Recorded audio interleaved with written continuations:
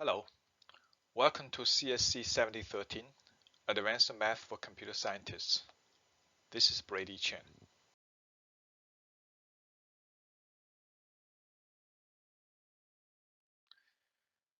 This is Module 6, Set Theory. Set theory is the mathematical theory of well-determined collections called sets of objects that are called members or elements. Now here's the learning objectives for Module 6. Now first we will introduce the concept of sets, and then we'll talk about the relationships between sets, the relations between sets. And we will talk about some of the operations on sets. So in general, a set is a conglomerate of objects. So we can define a set in two different ways. One is to describe the contents using like English language. Or we can define the set by listing the elements of the set. Now typically enclosed in curly brackets. Okay. So now here we have two examples of the sets defined by describing the contents. Okay. The first one is we can define a set like this using the English language. Say the set of all prime numbers. We know what the prime number is, right? So a prime number is a number that can be divided by either 1 or itself. Another example, the set of all books written about US history. So you can define these two sets using the first approach by describing the contents. Okay. Now also you can define the set by listing the elements. Okay. Now here are two examples. Now these two examples we actually define sets with finite number. Okay. So the first one is we can define a set of 4 integers. So enclosed in curly brackets. Okay. This is another set. It's a set of 1, 2, 3, 4, 5 cities: New York, Boston, Austin, London, Tokyo. So now let's discuss the relations between sets. Now suppose I have two sets, A and B. Okay. Now let A be a set of students. Okay. So this way we define the set A by describing the contents, right? So it's a set of students. Okay. Now we can define another set, B. B is a set of female students. So in that case, B is also a set which is defined by describing the contents, which are the female students.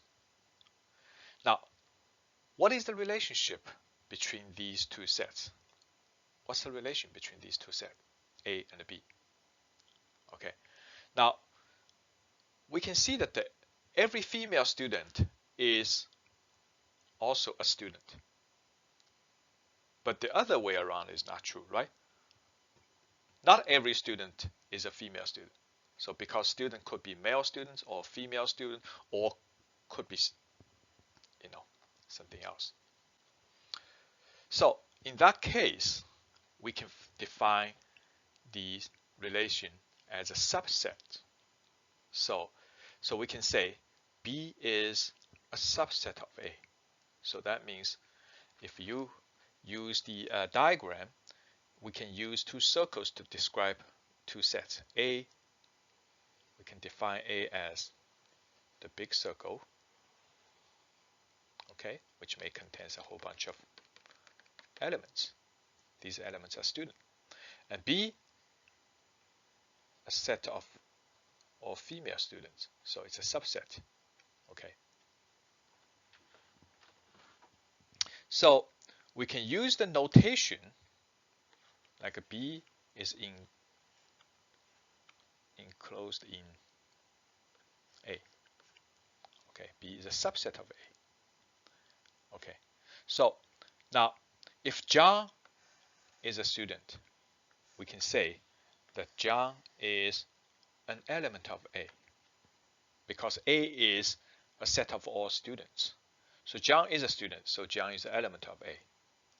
So we use the notation John belongs to A. We use that notation. Okay. Now, if Barbara is a student, then Barbara also belongs to A. So, however, Barbara is also a female student. So, therefore, Barbara also belongs to B.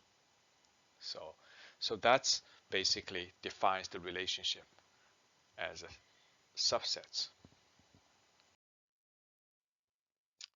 So in the previous slide, we talked about relation between two sets.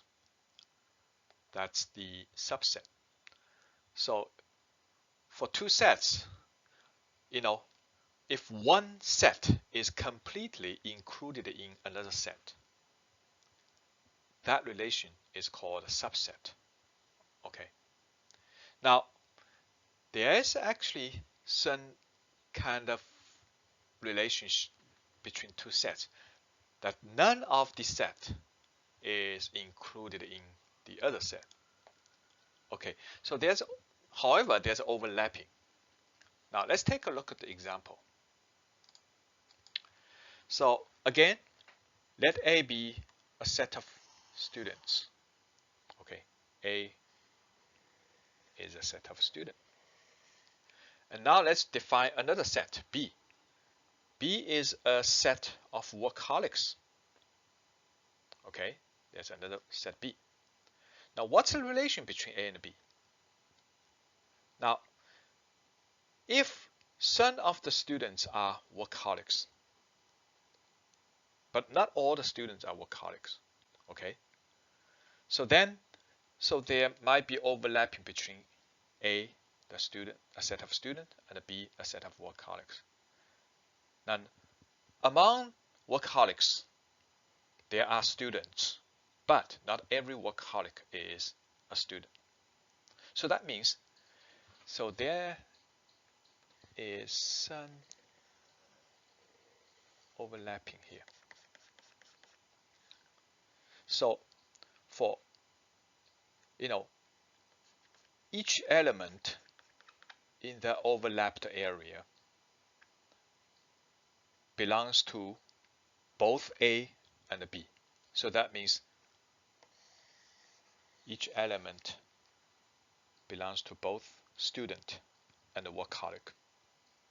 Now the area over here basically contains all the students that are not workaholic, but every element here represent the workaholics that are not a student, right?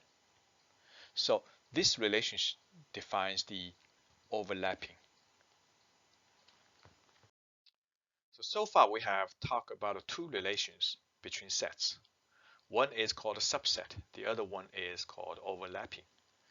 The subset basically means one set is completely included in another set. Now, the overlapping basically means none of the sets is completely included in the other set. However, they have some common area. Okay. Now, here we're going to talk about another relation between sets, and this is called disjoint sets. Now, let's take a look at an example. So suppose A is a set of people who support the Red Sox. Okay, So these are the group of people who support the Red Sox.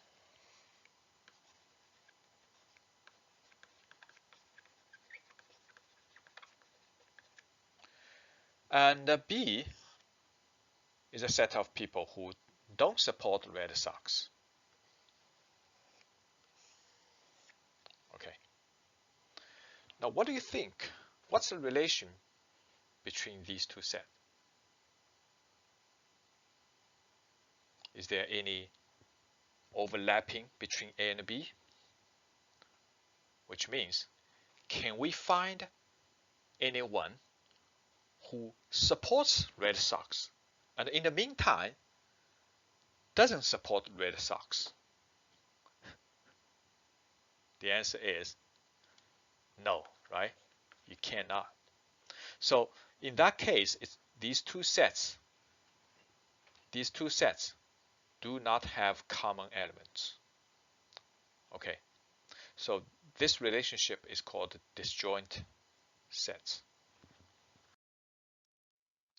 Now here's another relation between two sets. Okay, so let's take a look at these example. Now suppose A is a set of numbers divisible by 6. Okay, now B is a set of numbers divisible by both 3 and 2.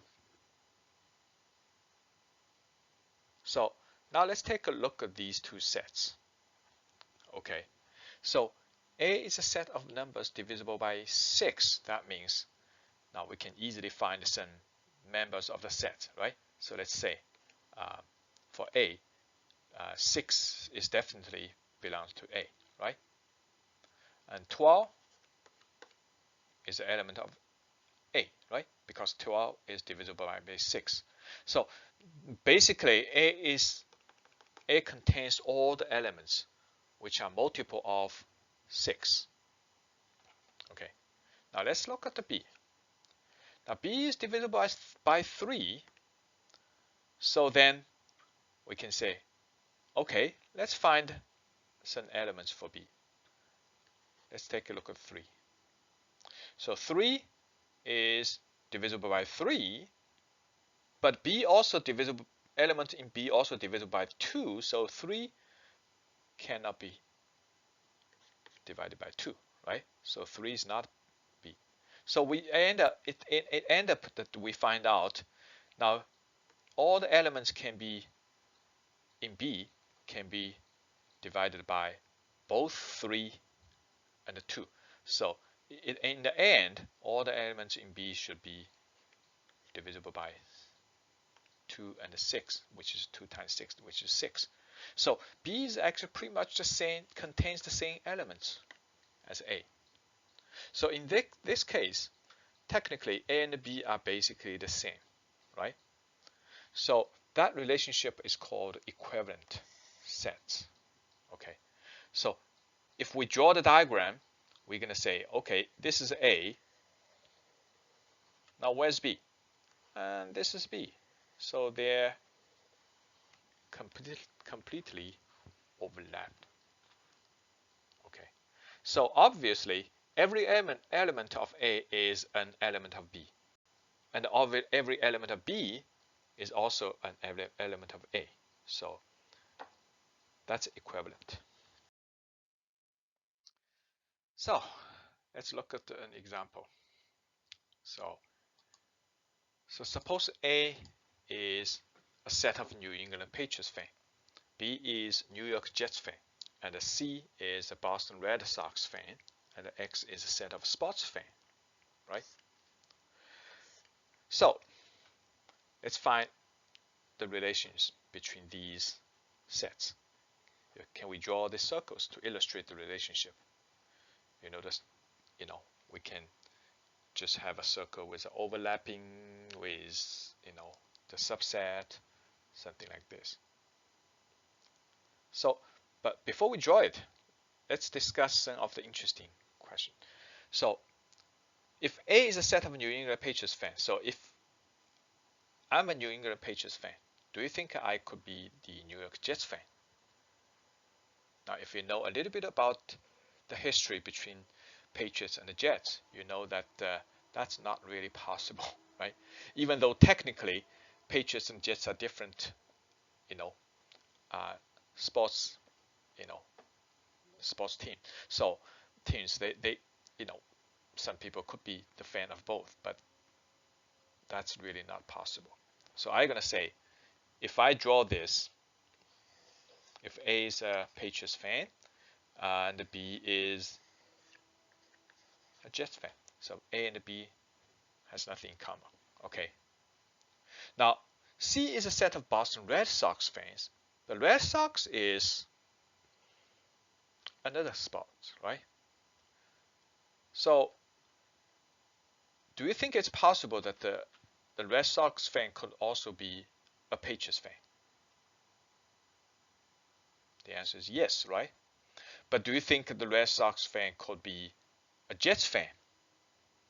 Well, it's still possible, right? So you can put something like this, okay? That's C. It's still possible. Let me actually put the A here, okay? Let me actually delete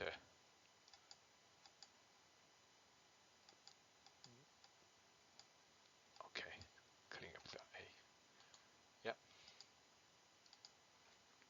So son of the, you know, Jets fan could be a Red Sox fan, but Jets fan cannot be a Patriots fan. Now what about X? X is a set of sports fan. So that's the total, right? Because the sports fan could be any sports fan. So the Patriots fan is a sports fan, Jets fan is a sports fan, and Boston Red Sox fan is a sports fan. So X could be the total. Okay. So what's the relationship? The relationship between A and B are disjoint. Okay. Relationship between A and C is, what is that? Overlapping, right? And relationship between A and X is subset. Okay. Now here's another example. So A is a set of people who speak English, B is a set of people who speak French, and C is a set of people who speak Spanish. And X is a set of people. That's all the people, right? Can you draw the circles to illustrate the relationship? Okay. I'll leave that question for you. Okay.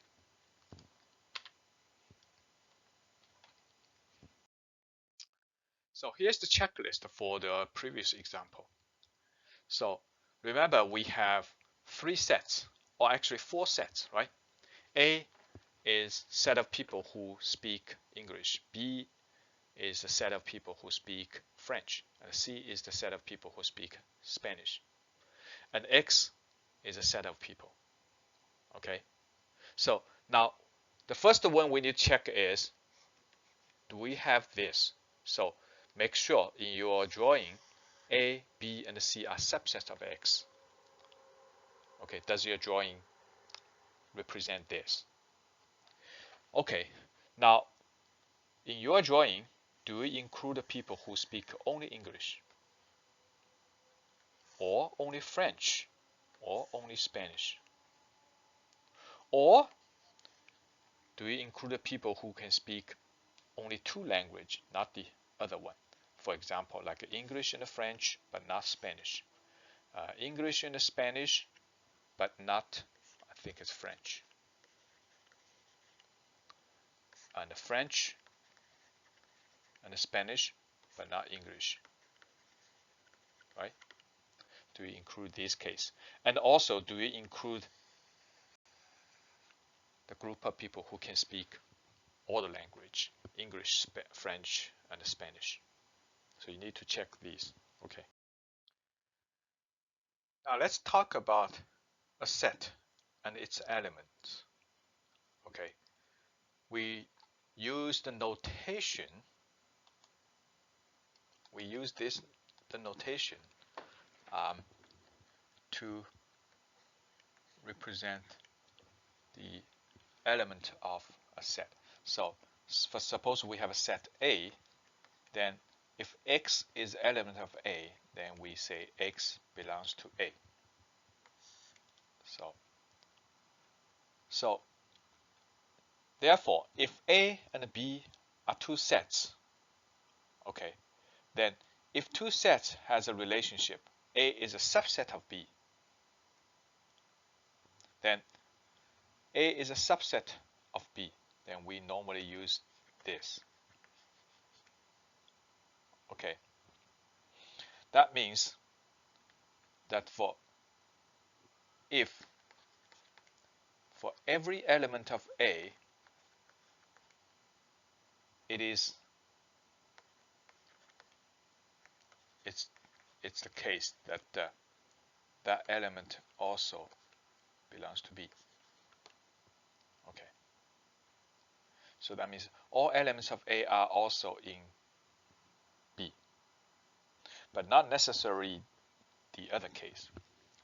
For example, let's A to be a set of some numbers 1, 2, 9, 7, minus 2.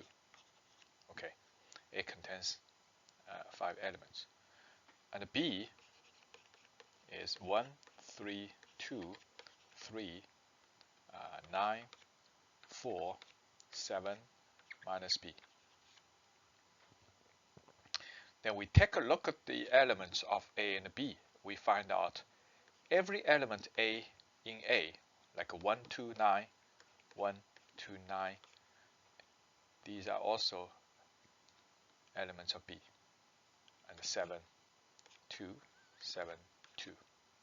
So in that case, A is a subset of B, right? So that means if A belongs to A, X belongs to A, then it's true that X belongs to B. But not the other case, because we can find an element in B which is not in A. Okay. And also that if we talk about the other cases, that sometimes if A and B are overlapping, let's say A equals 1, 2, 3, and B is 2, 3, 4, then we can find out that A and B intersect if there's an X such that the X belongs to A and X belongs to B. And now we can find out two elements, right? That one is definitely an element of A, but one is also an element of B. Oh, I'm sorry, I take it back. 2. 2 is an element of A, and 2 is also an element of B. Also 3, right? 3 is an element of A, and 3 is an element of B. So you have two common elements. So that basically tells us that the A and the B are overlapping. Okay. The last case that when we try to say A and the B are equivalent, then if A is 1, 2, B is 1, 2, then A and B are equivalent, right? Now, in many cases, we want to discuss the relations among the sets. Okay, for example, we can define a set of all students. Okay,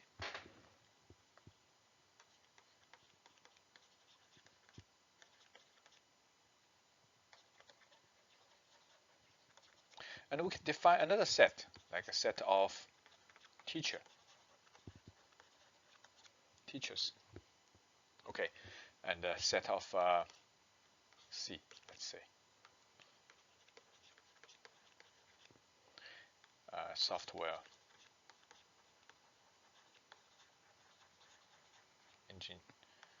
engineers.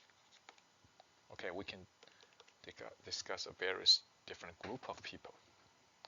Okay, now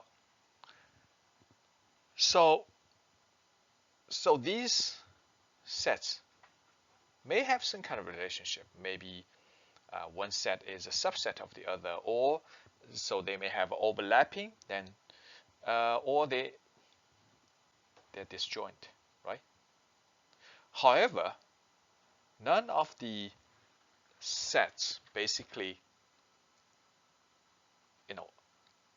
consists of all the object we are interested in or we are considering. Okay, now what is this?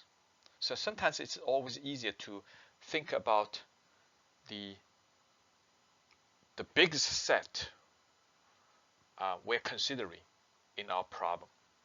Okay, we can call this set a universal set. It could be the set of all objects under consideration. Now, what could be the set we can define for these set A, B, and C? So we can define a set like called a universal set as set of people, right? So in that case, A is a set of students, which is subset of U, set of people. B is also a subset of U.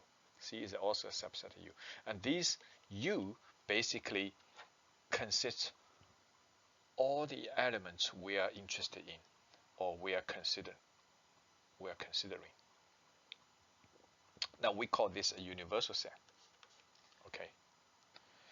So another example is like if we define A is a set of children, B is a set of senior citizens.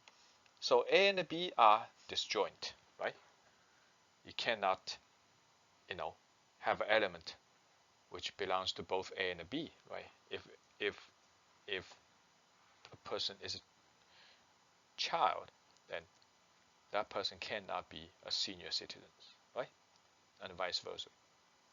So, but these A and B do not exhaust the U, as there are adults who are neither children nor citizens.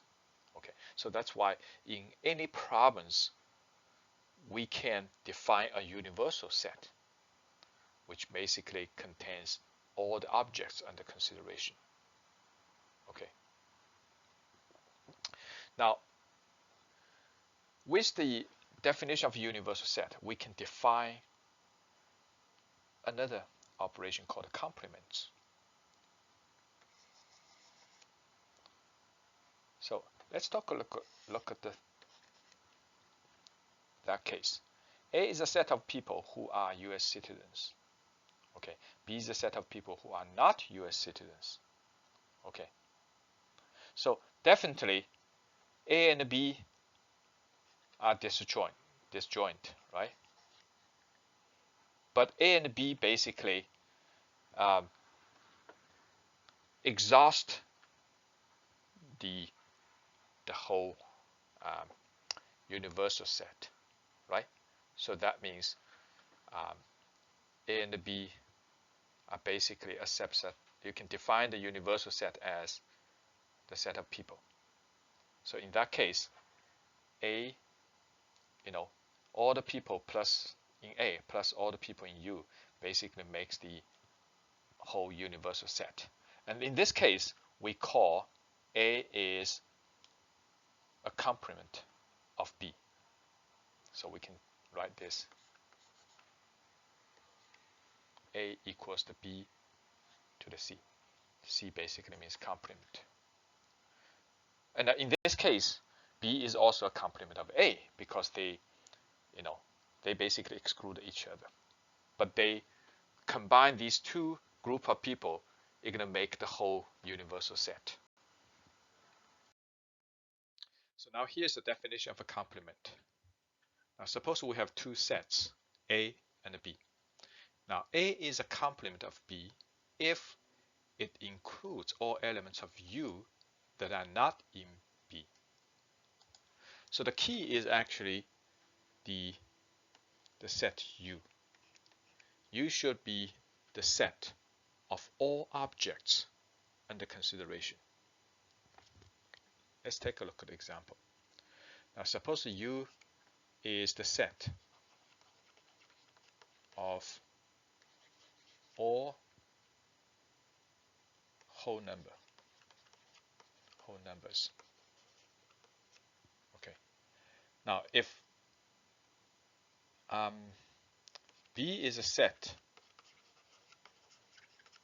of all even numbers. Now what's the complement of B?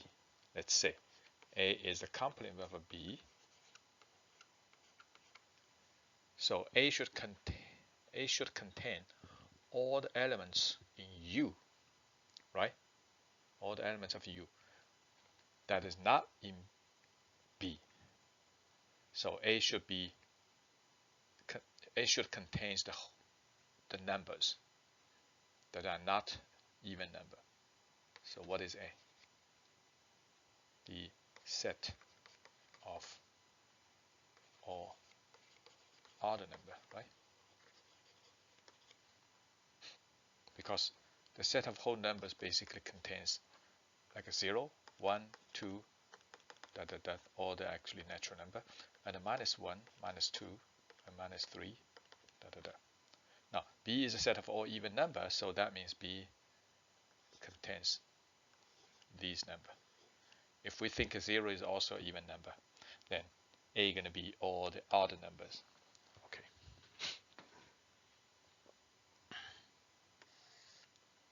Okay. Now suppose B is all the positive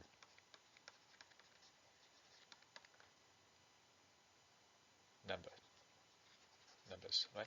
So what is the complement of B? So the complement of B, which is A, should be all the negative numbers, right?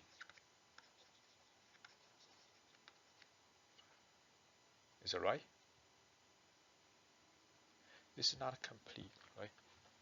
Because if you look at this U, B is all the positive numbers. So B should be the numbers starting from 1 and 2 and 3, all the positive numbers.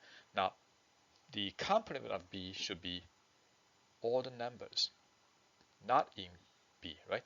So that should include all the negative number plus 1. Oh, I think plus 0. Right. So you make sure that you include every element in U, but not in B. So don't forget the number 0.